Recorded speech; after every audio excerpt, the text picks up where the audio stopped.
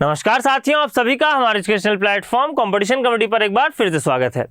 आज के दिन सेशन की बात करें तो आज यहाँ पर हम लोग डिस्कस करने वाले हैं डिक्शनरी ऑर्डर और साथ ही साथ हम लोग यहाँ पर डिस्कस करेंगे मैथमेटिकल ऑपरेशंस। तो अगर हम बात करें इन टॉपिक्स की तो यहाँ पर बहुत ज़्यादा कठिनाई तो देखने को नहीं मिलती, लेकिन अगर हम बात करें अप्रोच की तो अप्रोच बहुत इंपॉर्टेंट हो जाता है कि किसी पर्टिकुलर क्वेश्चन के लिए आप कितना समय दे रहे हैं और कितना समय यहाँ पर लगना चाहिए। साथ ही साथ गलतियों से हम कैसे बच सकते हैं और यहाँ पर यूज देखेंगे यूनिट डिजिट का जब हम डिस्कस कर रहे होंगे मैथमेटिकल ऑपरेशंस को। तो चलिए फटाफट से स्टार्ट करते हैं आज का सेशन। तो अगर हम बात करें सेशन की तो सबसे पहले शुरुआत करेंगे यहाँ पर हम लोग डिक्शनरी ऑर्डर के साथ। और डिक्शनरी ऑर्डर की अगर हम बात करें तो बचपन से ही हम लोग डिक्शनरी का यूज करते हुए आ रहे हैं। हिंदी की अगर हम बात करें तो हिंदी में हम इसे शब्दकोश के नाम से जानते हैं। क्लियर।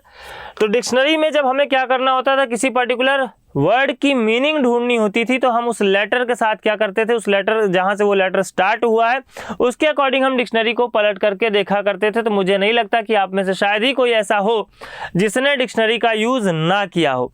ठीक है। तो अगर हम बात करें डिक्शनरी में जिस तरीके से हमें क्या करना होता था, किसी पर्टिकुलर वर्ड की मीनिंग के लिए अप्रोच करना होता था, यानी कि हमें किसी पर्टिकुलर अगर वर्ड का मीनिंग चाहिए तो हम उस लेटर के साथ में जाएंगे कि वो लेटर की स्टार्टिंग कहाँ से हुई है, उसके बाद हम second letter as well as फिर हम थर्ड फोर्थ इसी सीक्वेंस में आगे बढ़ते हैं। तो जब हम बात करते हैं डिक्शनरी ऑर्डर में वर्ड्स को अरेंज करने के लिए तो हमें उसी कॉन्सेप्ट का यहाँ पर भी यूज करना होगा। तो अगर हम बात करें यहाँ पर पहले दिए गए प्रश्न की तो यहाँ पर आपको 5 शब्द दिए गए हैं जिन्हें हमें क्या करना है, डिक्शनरी ऑर्डर में अरेंज करना है और उसके करेक्ट सीक्वेंस को दिए गए विकल्पों में से चुनना है। तो अगर हम बात करें यहाँ पर अप्रोच हमारा क्या होना चाहिए, तो सबसे पहले आपको यहाँ पर फर्स्ट लेटर सब में सेम दिखाई दे रहा है, यानी कि ए दिखाई दे रहा है। सेकंड लेटर की अगर हम बात करें तो एक में हमें सेकंड लेटर क्या दिखाई दे रहा है, बी दिखाई दे रहा है, बाकी सभी में डी दिखाई दे रहा है, यानी कि सबसे पहले आ जाएगा 4। 2 ऑप्शन हो गए अपने कितने, एलिमिनेट, 2 ऑप्शन हो जाएंगे एलिमिनेट। फिर अगर हम बात करें तो डी हमें सब में दिखाई दे रहा है और थर्ड लेटर की अगर हम बात करें तो हमें सबसे जो छोटा लेटर दिखाई दिया वो दिखाई दिया डी, यानी कि फिर हमें दिखाई दे जाएगा 4 के बाद में 3। ऑप्शन नंबर बी क्या हो जाएगा, राइट आंसर हो जाएगा। इसके आगे हमें चेक करने की आवश्यकता नहीं थी। क्लियर। तो ये हमारा अप्रोच होना चाहिए। अच्छा, ये काम आपको पेन चला करके नहीं करना, ये काम आपको अपने माइंड में करना है, माइंड में ही इसकी प्रैक्टिस करते हुए आगे बढ़ेंगे। क्लियर। चलिए बात करेंगे अगले प्रश्न की। ये काम आपको अपने माइंड में ही करना है, ये काम आपको कॉपी पेन की आवश्यकता, इस काम को करने के लिए आपको कॉपी पेन की आवश्यकता नहीं होनी चाहिए। ठीक है। नेक्स्ट अगर हम क्वेश्चन की बात करें, अगेन फर्स्ट एलिमेंट सब में सेम दिखाई दे रहा है। सेकंड एलिमेंट की अगर हम बात करें तो 2 है, अगर हम विकल्पों को छोड़ दें तो हमें क्या दिखाई दे रहा है, सब में ई दिखाई दे रहा है। अब स्मार्ट अप्रोच क्या कहता है कि अगर हम इन 2 विकल्पों के साथ में जाएं, यानी कि 2 वाले के साथ में जाएं और यहाँ पर हम 6 वाले के साथ में जाएं, तो लास्ट में हमें देखने को मिलेगा 2 और उसके पहले हमें देखने को मिलेगा 6। तो 2 के पहले 6 अगर हम बात करें तो हमें केवल एक विकल्प में दिखाई दे रहा है, यानी कि हम इस विकल्प के साथ में जा सकते थे। जहां जैसे काम बन जाए, यानी कि हमारा जो प्रेजेंस ऑफ माइंड है वो किस तरीके से किसी पर्टिकुलर क्वेश्चन पर काम कर रहा है, ये इंपॉर्टेंट हो जाता है। अब अगर आप इसको लगा करके देखेंगे तो सबसे पहले एक यानी कि RES, ठीक है। फिर इसके बाद अगर हम बात करें तो आपको दिखाई दे रहा है 3, यानी कि 3 में भी आपको RES दिखाई दिया, लेकिन यहाँ पर O आ गया, यहाँ पर आपको 3 में यहाँ पर O के बाद L आया 1 में और 3 में आया O के बाद N। फिर अगर हम बात करें तो आपको दिखाई दे जाएगा 5 में आया RES के बाद में P, जो कि O के बाद का लेटर है। फिर अगर हम बात करते हैं यहाँ पर आपको दिखाई दे रहा है 4, यानी कि RET, ठीक है, RET आपको दिखाई दे गया।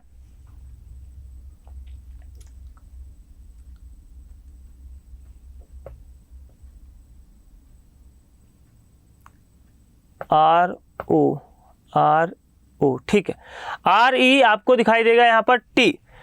तो ये हो जाएगा आपका 4th एलिमेंट। और अगर हम बात करें तो 5वें और 6वें नंबर का मैंने आपको पहले ही बता दिया था। बात करेंगे अगले प्रश्न की। अगर हम यहाँ पर प्रश्न की बात करें तो अगेन यहाँ पर सबसे पहले अगर हम बात करें JUN तक आपको सब में कॉमन दिखाई दे रहा है, 2 में आपको C दिखाई दे रहा है और 3 में आपको K दिखाई दे रहा है। इट मीन्स कि C वाले पहले आ जाएंगे। यहाँ पर आ रहा है आपका जंक्शन और यहाँ पर आ रहा है आपका C के बाद TURES, यानी कि जंक्शर्स। ठीक है। यहाँ पर यानी कि जंक्शन पहले आ जाएगा, यानी कि सबसे पहले हमें देखने को मिलेगा 2, एक ऑप्शन हो गया आपका एलिमिनेट। फिर हमें ये निश्चित है कि इसके बाद देखने को मिलेगा हमें 5, यानी कि तीनों ही विकल्पों में हमें 5 देखने को मिला है। अब हम डिसाइड करेंगे कि 1, 3 और 4 में से पहले कौन आएगा। 1 की अगर हम बात करते हैं यहाँ पर N के बाद में K, 3 की अगर हम बात करें तो n के बाद में k, 4 की अगर हम बात करें तो n के बाद में k के बाद में सभी में e दिखाई दे रहा है, सभी में t दिखाई दे रहा है। फिर अगर हम बात करें अगेन e दिखाई दे रहा है, यहाँ पर r दिखाई दे रहा है, यानी कि लास्ट में आएगा आपका 3, तो लास्ट में 3 वाले के साथ में जा सकते थे, बाकी को देखने की जरूरत नहीं थी। ठीक है, और देखोगे भी तो पहले आपको 4 बनता हुआ दिखाई दे जाएगा। बढ़ते हैं अगले प्रश्न पर। अगले अगर हम प्रश्न की बात करें तो सबसे पहले यहाँ पर m a और एम ए, दो आपको एलिमेंट में एम ए दिखाई दे रहा है। फर्स्ट एलिमेंट तो आपका सबका सेम है, दो ऑप्शन में आपको यहाँ पर दिखाई दे रहा है, दो वर्ड्स में अगर हम बात करें एम ए आपको लिखा हुआ दिखाई दे रहा है।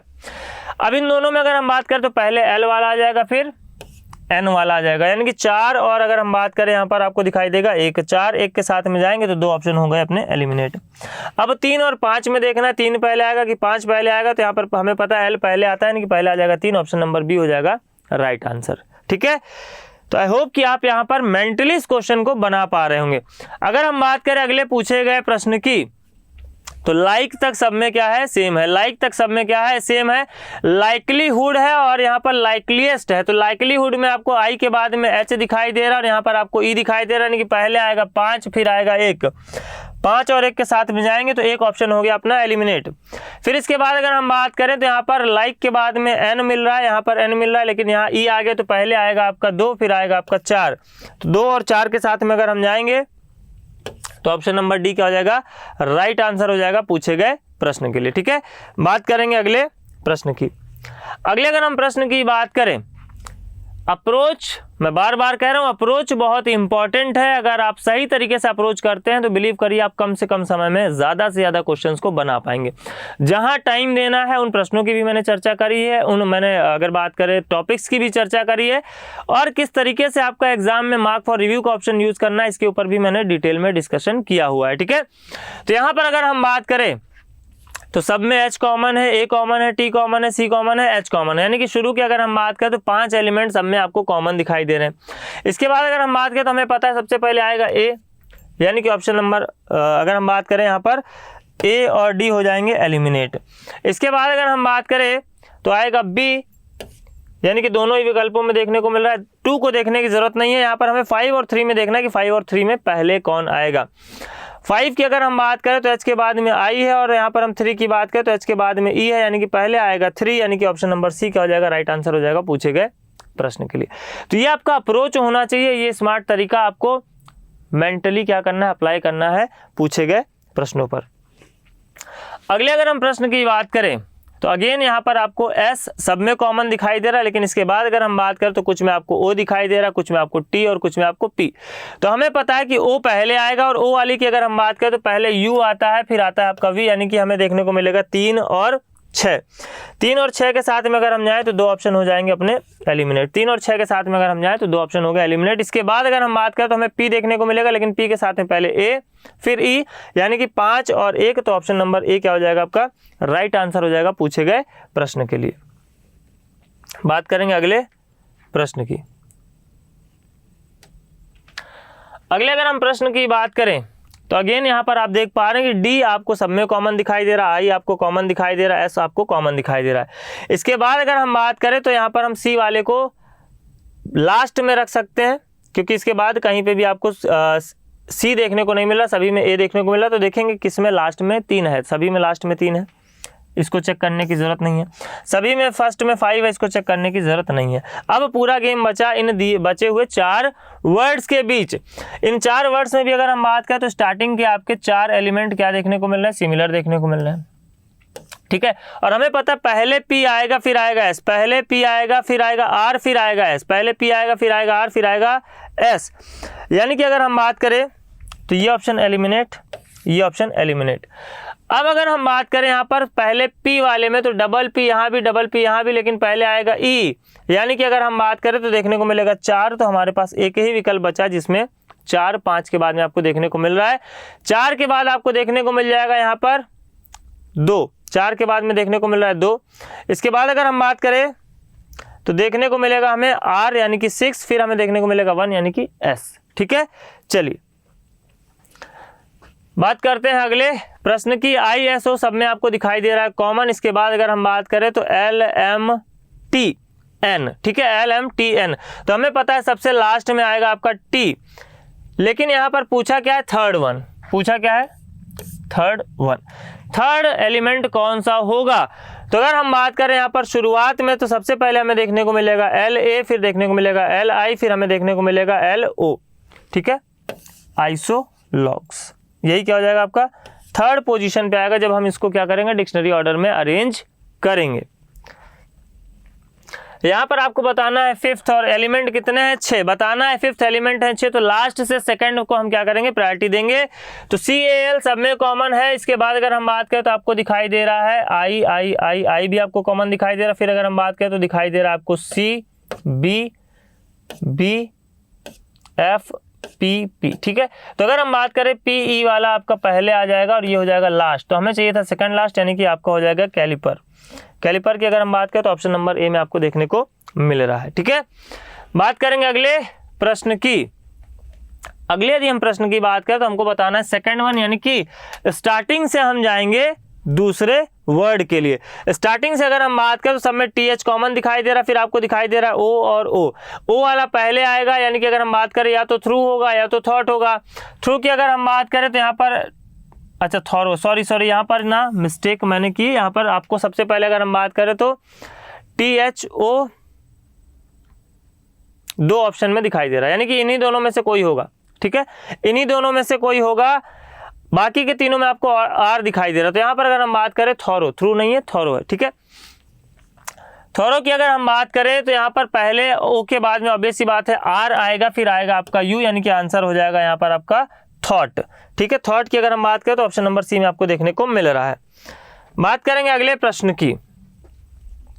बताना हमें फोर्थ वन, यानी कि 5 अपने पास में शब्द हैं, बताना है चौथा, तो लास्ट से दूसरा वाला क्या हो जाएगा, आंसर बनेगा। लास्ट से दूसरे की अगर हम बात करें तो NA सब में कॉमन है। इसके बाद अच्छा यहाँ पर आपका U है, तो ये तो जाएगा आपका लास्ट, ये तो जाएगा लास्ट। अब बचे हुए में अगर हम बात करें तो U पहले आता है, V बाद में आता है, और V के बाद में Y वाला, यानी कि नेवी क्या हो जाएगा आपका राइट आंसर बनेगा पूछे गए प्रश्न के लिए। V में भी हमें देखना था क्या कि पहले कौन सा आएगा, पहले ये वाला आ जाएगा, और हमें चाहिए था लास्ट से दूसरा, यानी कि ये तो लास्ट हो ही चुका था, लास्ट से दूसरा आपका आ जाएगा नेवी, ठीक है। चलिए अब हम चर्चा करेंगे मैथमेटिकल ऑपरेशंस की। मैथमेटिकल ऑपरेशंस की जब हम बात करेंगे तो यहाँ पर आपका जो बोर्ड मास का रूल है वो काफ़ी इंपॉर्टेंट रोल प्ले करने वाला है। बोर्ड मास के रूल की अगर हम बात करें तो BODMAS, B का मतलब ब्रैकेट, O का मतलब ऑफ, D का मतलब डिवाइड, M का मतलब मल्टीप्लाई, A का मतलब एडिशन और सब्ट्रैक्शन। ये अपने को क्या करना है, सीक्वेंस फॉलो करना है। साथ ही साथ जब हम प्रश्नों को बना रहे होंगे तो वहां पर भी मैं चर्चा करूंगा कि आपको किस प्रकार से किस ऑप्शन को कब प्रायोरिटी पे रखना है, कैसे हमें यहाँ पर क्वेश्चंस को वेरीफाई करना है, क्वेश्चंस को, ऑप्शंस को क्या करना है, चेक करना है, कौन से विकल्पों को कब होल्ड पे रखना है और कौन से विकल्पों को कब हमें एलिमिनेट कर देना है। साथ ही साथ यूनिट डिजिट का यूज हमें कैसे करना है, और जिस पर मैंने चर्चा करी थी बार बार कि आपकी जो कैलकुलेशन स्पीड है वो भी बेहतर होनी चाहिए, ठीक है। तो चलिए सीधे आते हैं मैथमेटिकल ऑपरेशन के क्वेश्चन पर। अलग अलग तरह से यहाँ पर आपको क्वेश्चंस देखने को मिलेंगे। तो सबसे पहले अगर हम बात करें तो हमें किस पर ध्यान देना है, सबसे पहले हमें ध्यान देना है डिवाइड पर। सबसे पहले किस पर ध्यान देना है, डिवाइड पर ध्यान देना है। तो डिवाइड की अगर हम बात करें तो किसका मतलब डिवाइड है, तो मल्टीप्लाई का मतलब दिखाई दे रहा है डिवाइड। तो जहां पर मल्टीप्लाई है वहां पर हम लिख देंगे डिवाइड, और वैल्यू की अगर हम बात करें तो हो जाएगा यहाँ पर 18, वैल्यू मिल जाएगी 18, यानी कि 72 को आप 4 से डिवाइड करोगे तो वैल्यू मिल जाएगी आपको कितनी, 18। फिर अगर हम बात करें तो ध्यान देना हमें किस पर, मल्टीप्लाई पर। बोर्ड मास के रूल के अकॉर्डिंग ध्यान किस पर देना है, मल्टीप्लाई पर। मल्टीप्लाई की अगर हम बात करें तो माइनस का मतलब है मल्टीप्लाई, यानी कि 9 9 हो गया 81। अब हम बात करेंगे डिवाइड वाले साइन का मतलब देखने को मिल रहा है प्लस, और यहाँ पर प्लस वाले साइन का मतलब हमें देखने को मिल रहा है माइनस। यूनिट डिजिट से काम चला लो, सब में यूनिट डिजिट अलग है, पूरा कैलकुलेशन करने की जरूरत नहीं है। तो यहाँ पर हो जाएगा 8 1 9, 9 में से 6 गया 3, आंसर हो जाएगा यहाँ पर ऑप्शन नंबर डी। स्मार्ट तरीका, आसानी के साथ कम से कम समय में अगर प्रश्नों को बनाना चाहते हैं तो इन तरीकों को आपको क्या करना होगा, फॉलो करना होगा। जब आप टेस्ट दे रहे हो, जब आप प्रीवियस ईयर के क्वेश्चंस बना रहे हो, तो इन तरीकों को आप क्या करेंगे, अप्लाई करेंगे डायरेक्टली क्वेश्चंस पर, ठीक है। बात करेंगे अगले प्रश्न की। अब प्रश्न आपको अलग तरीके से देखने को मिला, तो यहाँ पर भी अप्रोच समझिए कि लास्ट में जहाँ पर इक्वल्स टू का साइन रहेगा उसको हम रखेंगे प्रायोरिटी पर, जो कि आपको सभी विकल्पों में देखने को मिल रहा है। ठीक है, फिर हम चेक करेंगे कि डिवाइडेड बाय वाले साइन को कहाँ पर लगाने से हमें एक होल वैल्यू बनती हुई दिखाई दे रही है और कहाँ पर लगाने से एक होल वैल्यू बनती हुई दिखाई नहीं दे रही है, यानी कि कौन सी संख्या दूसरी दी गई संख्या से पूर्णतः विभाजित है, उस वाले विकल्प को हम रखेंगे प्रायोरिटी पर, बाकी के विकल्पों को हम रखेंगे होल्ड पर। तो यहाँ पर अगर हम ऑप्शन नंबर ए की बात करें तो यहाँ पर 11 डिवाइडेड बाय 6 करेंगे तो हमें वैल्यू एक होल वैल्यू बनती हुई दिखाई नहीं देगी। इसी प्रकार आपका ऑप्शन बी भी चला जाएगा कहाँ, होल्ड पर। अब हम बात करेंगे ऑप्शन नंबर सी की। ऑप्शन नंबर सी की अगर हम बात करें तो 42 को अगर हम 7 से विभाजित करें तो वैल्यू मिल जाएगी हमें 6 प्लस का 64 माइनस का 11 गुणे 6 इक्वल्स टू 4। 11 छक्के की अगर हम बात करें हो जाएगा कितना, 66। यहाँ पर हो गया 6 प्लस 64।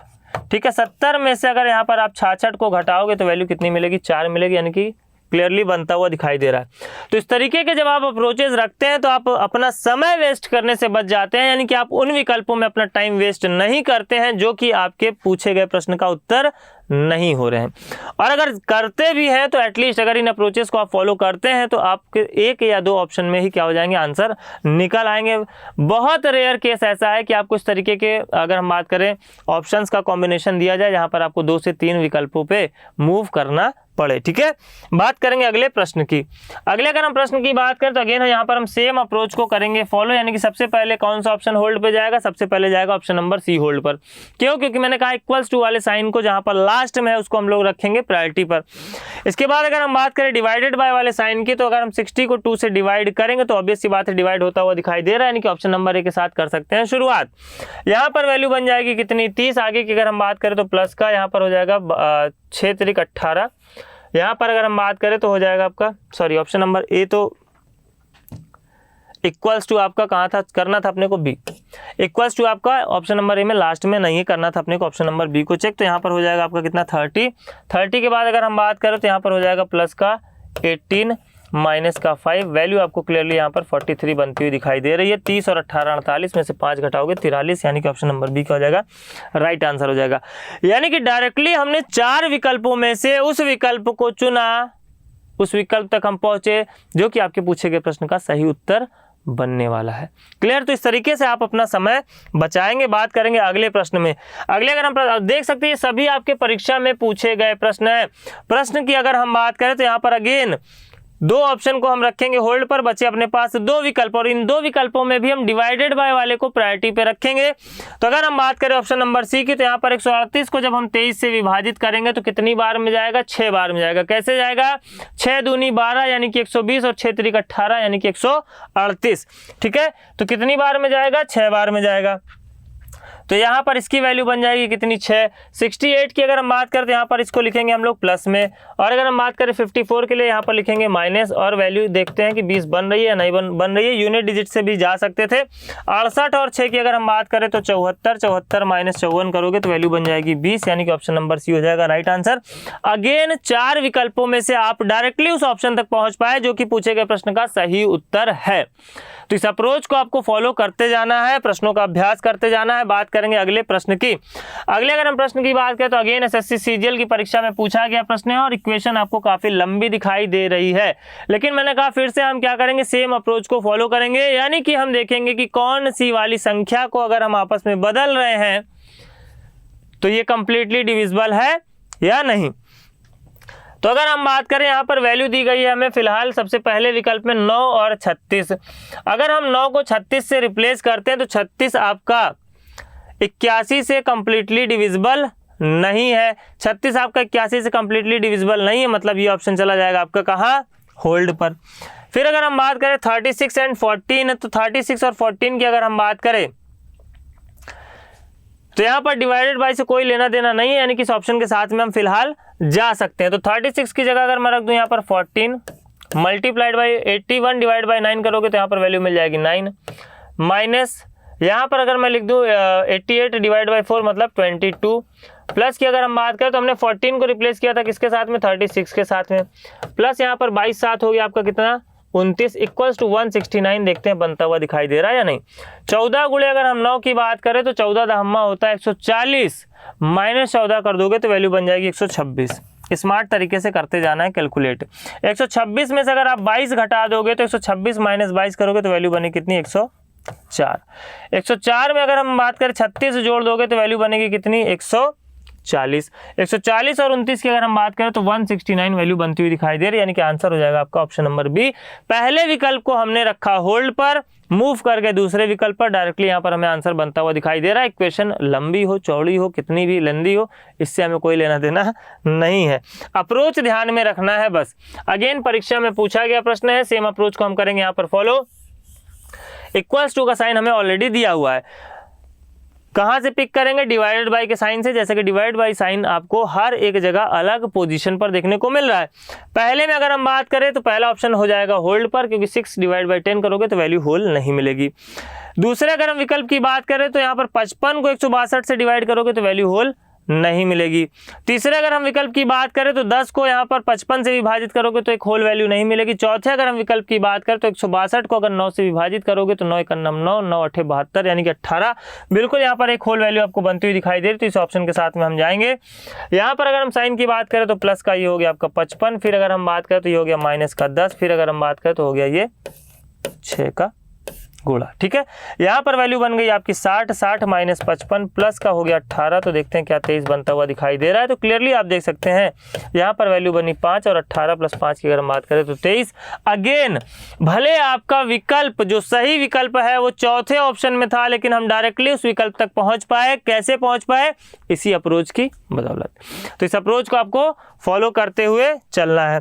बात करेंगे अगले प्रश्न की। अगेन एसएससी सीजीएल 2020 की परीक्षा में पूछा गया प्रश्न है। अगर हम बात करें यहाँ पर इक्वल्स टू के साइन आपको 2 विकल्पों में लास्ट में दिए गए, तो उन 2 विकल्पों को हम रखेंगे प्रायोरिटी पर, बाकी के 2 विकल्पों को रखेंगे हम होल्ड पर। अगर हम बात करें यहाँ पर डिवाइडेड बाई के साइन की, तो डिवाइड बाई का साइन आपको अलग अलग पोजीशन पर दिया गया, यानी कि 63 डिवाइड बाई अगर हम करेंगे यहाँ पर 9 तो एक होल वैल्यू बनेगी। जबकि अगर हम बात करें 9 को डिवाइड करेंगे 11 से तो एक होल वैल्यू बनती हुई दिखाई नहीं देगी, यानी कि हम जाएंगे किसके साथ में, ऑप्शन नंबर बी के साथ में। इन 4 विकल्पों में हमने यह कैसे निर्धारित किया कि हमें कौन से वाले ऑप्शन को सबसे पहले क्या करना है, अप्लाई करके देखना है। तो आपने अप्रोच देखा, डिवाइडेड बाय का साइन, बोर्ड मॉस का रूल जब हम सॉल्व करेंगे, और इक्वल्स टू के साइन के आधार पर हमने यह निर्धारित किया कि हमें सबसे पहले किस विकल्प को चेक करने की आवश्यकता है। अब यहाँ पर अगर हम बात करें इस विकल्प के साथ में हम जाते हैं, तो सबसे पहले हमें देखने को मिलेगा 36 माइनस का 14, फिर इसके बाद अगर हम बात करें तो प्लस का 63 डिवाइडेड बाय का यहाँ पर हमें मिलेगा 9 मल्टीप्लाइड बाय 11, फिर यहाँ पर अगर हम बात करें तो माइनस का 6 प्लस 3 और यहाँ पर मिलेगा इक्वल्स टू 90। ठीक है, ये वैल्यू हो जाएगी कितनी, 7। फिर अगर हम बात करें मल्टीप्लाई तो ये हो जाएगा आपका 77। फिर यहाँ पर अगर हम बात करें तो माइनस का 9 इक्वल्स टू 90। इधर वाले को भी देख लेते हैं, ये हो गया आपका 36 माइनस 14। ठीक है, अब अगर हम बात करें यूनिट डिजिट की, यूनिट डिजिट से आप डायरेक्टली यहाँ पर निकाल सकते थे। 6 में से 4 जाएगा कितना, 2। 6 में से 4 जाएगा 2। फिर अगर हम बात करें तो 7 2 9 और 9 में से 9 जाएगा 0, यूनिट डिजिट से बनता हुआ दिखाई दे रहा है। पूरा अगर चेक करना चाहते हो कोई दिक्कत की बात नहीं, यहाँ पर वैल्यू बनेगी आपकी कितनी, 22 प्लस 77, कितना हो गया, 22 प्लस 77 हो गया आपका 99। माइनस का 9 कर दोगे वैल्यू कितनी बन जाएगी, 90। जैसे मन करे वैसे आप क्वेश्चन को हल कर सकते हैं बिना किसी कठिनाई के। बात करेंगे अगले प्रश्न की। अगेन डिसाइड करना है कौन से वाले विकल्प को हम प्रायोरिटी पर रखें। तो सबसे पहले अगर हम बात करें 2 ऑप्शन जाएंगे आपके होल्ड पर, कौन कौन से वाले, बी और डी। 2 ऑप्शन गए होल्ड पर। बचे हुए 2 विकल्पों की अगर हम बात करें तो डिवाइडेड बाय का साइन दोनों में सेम जगह है, यानी कि शुरुआत करेंगे ऑप्शन नंबर ए के साथ। 1496 को जब हम 8 से काटेंगे तो 8 का नाम 8 बचेगा 6, 8 8 64 बचेगा 5, 8 7 56, 187 आ गया। फिर अगर हम बात करें तो यहाँ पर देखने को मिला प्लस का साइन, प्लस का 13 माइनस का 40 और गुणे 5 इक्वल्स टू 0। ये वैल्यू बन रही है 200 और यहाँ पर माइनस, और ये वैल्यू बन रही है 200। 200 में से 200 घटाओगे तो वैल्यू आपको 0 बनती हुई दिखाई देगी, यानी कि ऑप्शन नंबर ए क्या हो जाएगा, राइट आंसर हो जाएगा पूछे गए प्रश्न के लिए। अगेन आप डायरेक्टली एक ही ऑप्शन की सहायता से आंसर निकाल पाए। Clear, sorry. बात करेंगे अगले पूछे गए प्रश्न की। अब यहाँ पर हम फिर से कैसे निर्धारित करें कि हम किस वाले विकल्प को यहाँ पर पहले चेक करें कि हमारा आंसर बन जाए। तो सेम अप्रोच, दो विकल्प जाएंगे यहाँ पर आपके होल्ड पर, यानी कि ऑप्शन नंबर ए, और अगर हम बात करें ऑप्शन नंबर सी जाएंगे होल्ड पर। बचे हुए दो विकल्पों की अगर हम बात करें तो दोनों में आपको डिवाइडेड बाय का साइन कहाँ देखने को मिल रहा है, सेम पोजीशन पर देखने को मिल रहा है। तो सबसे पहले अगर हम बात करें 18 गुणे 12, सबसे पहले क्या होगा, मल्टीप्लाई का साइन देखने को मिला, फिर आपको देखने को मिला डिवाइडेड बाय का साइन। तो करना था पहले अपने को डिवाइड, बोर्ड माउस के अकॉर्डिंग अपने को करना पहले डिवाइड। तो 12 को जब हम 4 से भाग देंगे तो यहाँ पर बचेगा 3, और 18 गुणे 3 करेंगे तो वैल्यू आ जाएगी कितनी, 54। फिर इसके बाद अगर हम बात करें तो अपने को देखने को मिल रहा है प्लस का साइन, यानी कि हम ऑप्शन नंबर बी के साथ में जा रहे हैं, क्योंकि यहाँ पर दो ऑप्शन हो गए होल्ड पर। तो फिर हम ऊपर से यहाँ पर ऑप्शन नंबर बी, अगर इससे नहीं बना तो अब हम जाएंगे ऑप्शन नंबर डी पर। ठीक है, अगर हम बात करें यहाँ पर 54 के बाद 54 के बाद हमें क्या देखने को मिल रहा है, यहाँ पर देखने को मिल रहा है अपने को प्लस का साइन, यानी कि प्लस का 5 और माइनस का 6। तो 54 प्लस 5 हो गया कितना, 59, माइनस का 6 करोगे तो वैल्यू 53 बनती हुई दिखाई दे रही। अगेन यहाँ पर आप देख सकते हैं कि डायरेक्टली आप उस ऑप्शन तक पहुँच पाए जो कि पूछे गए प्रश्न का सही उत्तर है। बात करेंगे अगले प्रश्न की। अगले अगर हम प्रश्न की बात करें तो सबसे पहले अगेन यही निर्धारित करना है कि किस विकल्प के साथ में हम जाएंगे। तो 3 विकल्प आपके डायरेक्टली चले जा रहे हैं होल्ड पर, डायरेक्टली हम जाएंगे पहले वाले विकल्प के साथ। पहले वाले विकल्प के अगर हम साथ में जाते हैं तो यहाँ पर बनती है वैल्यू 4, 12 चौक होता है 48। फिर यहाँ पर गुणा करना था अपने को 8 में, तो 8 चौक हो जाएगा 32। फिर अगर हम बात करें तो करना था प्लस का 15 और माइनस का 3, 32 और 15 हो गया आपका 47, माइनस का 3 करोगे तो 44। डायरेक्टली यहाँ पर आपका आंसर बनता हुआ दिखाई दे रहा है। और ये सभी आपके परीक्षा में पूछे गए प्रश्न हैं। आप किसी भी परीक्षा के प्रश्नों को उठाइए, प्रीवियस ईयर क्वेश्चंस को उठाइए। ऑलमोस्ट अगर मैं बात करूं तो मोर देन 95% क्वेश्चंस आपके इसी अप्रोच के साथ में डायरेक्टली बनेंगे। बात करते हैं अगले प्रश्न की। एसएससी सीजीएल 2020 का प्रश्न है। यहाँ पर फिर से हमें निर्धारित करना है कि हम किस विकल्प के साथ में जाएं, और डायरेक्टली हम एलिमिनेट इसलिए नहीं कर पाएंगे क्योंकि सभी में आपको इक्वल्स टू का साइन लास्ट में दिखाई दे रहा है। अब अगर हम बात करें डिवाइडेड वाले साइन से तो यहाँ पर आपको 14 डिवाइड बाई 7 करोगे तो भी एक होल वैल्यू मिलेगी। और अगर हम बात करें सेकंड लास्ट जो आपका साइन दिखाई दे रहा है, यानी कि 133 को 19 से अगर आप विभाजित करोगे तो भी आपको एक होल वैल्यू बनती हुई दिखाई देगी। अब मैटर थोड़ा सा फंसा, अब यहाँ पर थोड़ा सा कॉम्प्लिकेशंस आए कि डायरेक्टली हम एलिमिनेट नहीं कर पाए, यानी कि यहाँ पर हमें मेहनत करनी पड़ सकती है। तो मैंने कहा मोर देन 95% बट नॉट 100% या ऑलवेज। ठीक है, अब यहाँ पर करेंगे थोड़ी सी मेहनत। तो यहाँ पर अगर हम बात करें वैल्यू बनेगी कितनी, 2, फिर करेंगे माइनस 39, फिर करेंगे प्लस 133 और यहाँ पर मल्टीप्लाई करेंगे 19 और देखेंगे कि क्या वैल्यू 130 बन रही है। तो अगर हम कॉमन सेंस लगाएं तो यहाँ पर 33 का गुणा 19 में करेंगे और ये छोटी सी वैल्यू 39 को घटाने से कभी भी वैल्यू 130 नहीं बनेगी, यानी कि ये ऑप्शन से बनने वाला नहीं है। और अगर आपको चेक करना भी होगा, इस तरीके से क्वेश्चन बना भी लिए तो यूनिट डिजिट से जाइएगा। यूनिट डिजिट से कैसे चेक कर सकते हैं, तो यहाँ पर ये 2 है, ये 9 है। ठीक है, तो 2 प्लस का 3 प्लस का कितना होगा, 3 कहाँ, 9 तिरिक 27, 9 तिरिक 27, यानी कि मल्टीप्लाई करोगे यूनिट डिजिट मिलेगी 7।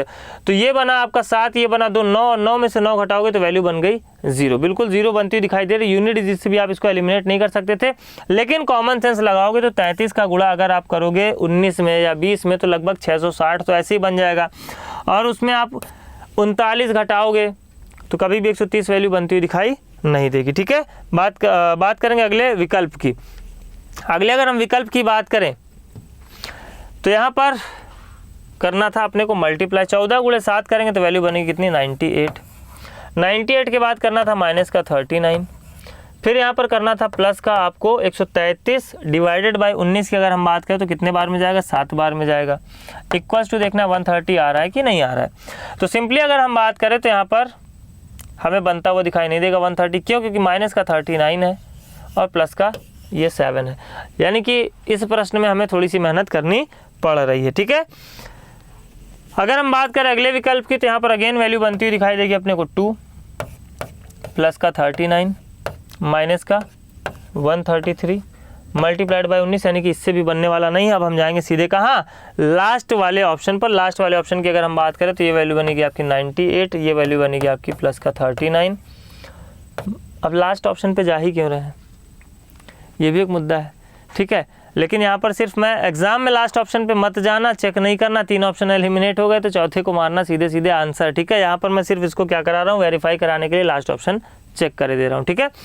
लास्ट ऑप्शन से डेफिनेटली यहाँ पर आपका आंसर आने वाला है 98 + 39 माइनस की अगर हम बात करें तो आपका वैल्यू बनता हुआ दिखाई दे रहा है 133 डिवाइडेड बाई 19 = 130, ठीक है। देखो ये वाली वैल्यू बन जाएगी कितनी 7, यहाँ पर माइनस, यहाँ पर 98 + 39 बराबर कितना हो जाएगा, ये हो जाएगा आपके 137 के बराबर, माइनस का 7 करोगे तो वैल्यू आ जाएगी 130 के बराबर, ठीक है। तो एग्जाम में लास्ट ऑप्शन को आपको चेक करने की आवश्यकता नहीं है। बात करेंगे अगले प्रश्न की। अगले अगर हम प्रश्न की बात करें तो अगेन आपको इक्वेशन देखने में काफ़ी लेंदी लगेगा, प्रश्न आपको लगेगा कि बनाने में कठिनाई हो सकती है, लेकिन बिलीव करिए आसानी के साथ प्रश्न बनेगा। सबसे पहले अगर हम बात करें तो ध्यान ये दीजिए कि 78 आपका 48 के साथ में डिविजिबल नहीं है। 78 अगर हम बात करें 48 के साथ में डिविजिबल नहीं है, यानी कि हमें एक ऐसी संख्या से इसको करना होगा रिप्लेस, किसको, 48 को, जो कि क्या हो 78 से डिविजिबल हो। ऐसी संख्या हमें 48 के साथ में कहाँ दिखाई दे, तो 48 हमें एक ही संख्या के साथ में रिप्लेस होता हुआ दिखाई दे रहा है, किसके साथ में, 39 के साथ में। यानी कि 48 की जगह हम 39 ले आए, यहाँ पर भी हम कर सकते थे 26 को 15 से, लेकिन हमें 15 को नहीं रिप्लेस करना, हमें 48 को ही रिप्लेस करना है। डायरेक्टली आप आंसर मार्क करके आगे बढ़ सकते थे, किसी और विकल्प को आपको चेक करने की ज़रूरत नहीं थी, ठीक है। बना करके चेक करके कमेंट बॉक्स में कमेंट करके बताएं कि अप्रोच बेहतर लगा और आंसर सही आया या नहीं, ठीक है। चलिए बात करेंगे अगले प्रश्न की। अगेन आपको एक लेंदी सा यहाँ पर इक्वेशन देखने को मिल रहा है, और अगर हम बात करें विकल्पों की तो एक विकल्प यहाँ पर हम रखेंगे होल्ड पर, बाकी के 3 विकल्पों की अगर हम बात करें तो इनमें डिवाइडेड बाई का साइन हमें अलग अलग जगहों पर देखने को मिल रहा है। 2 में आपको देखने को मिल रहा है पहले साइन के रूप में डिवाइड बाई का, और 1 में मिल रहा है दूसरे। तो पहले वाले को अगर हम 23 से यहाँ पर रखते हैं तो 23 दूनी हो जाएगा 46, और यहाँ पर आपका 21 बार में ये डिविजिबल होगा, 21 बार में डिविजिबल होगा, ठीक है। जहाँ पर पहला वाला साइन आपको डिवाइडेड बाई दिखाई दे रहा है उस वाले की मैं अभी चर्चा कर रहा हूँ। दूसरे वाले की अगर हम बात करें तो दूसरा वाला आपका डिविजिबल नहीं हो रहा, इसलिए वो हो जाएगा आपका होल्ड पर, ठीक है। अब अगर हम बात करें यहाँ पर आया 21, फिर देखने को मिला माइनस का 93, फिर यहाँ पर आपको देखने को मिल रहा है प्लस का 16 × 4 यानी कि 64, ठीक है। तो कभी भी वैल्यू आपको 50 बनती हुई दिखाई नहीं देगी। अब बात करेंगे हम लास्ट वाले ऑप्शन की, यानी कि ऑप्शन नंबर डी की। लास्ट वाले ऑप्शन की अगर हम बात करें तो अगेन यहाँ पर वैल्यू मिल जाएगी हमें कितनी, 21। फिर अगर हम बात करें यहाँ पर देखने को मिलेगा प्लस का 93, फिर अगर हम बात करें तो देखने को मिलेगा माइनस का अपने को 64 यानी कि 64। अब 93 में से अगर हम 63 घटाते तो वैल्यू बनती कितनी, वैल्यू मिलती अपने को 29। अगर हम बात करें 93 में से 63 घटाते तो वैल्यू मिलती अपने को कितनी, 30। एक और घटाना था तो वैल्यू मिलेगी कितनी, 29, और 29 और प्लस अगर हम बात करें 21 की तो वैल्यू बनेगी कितनी, 50।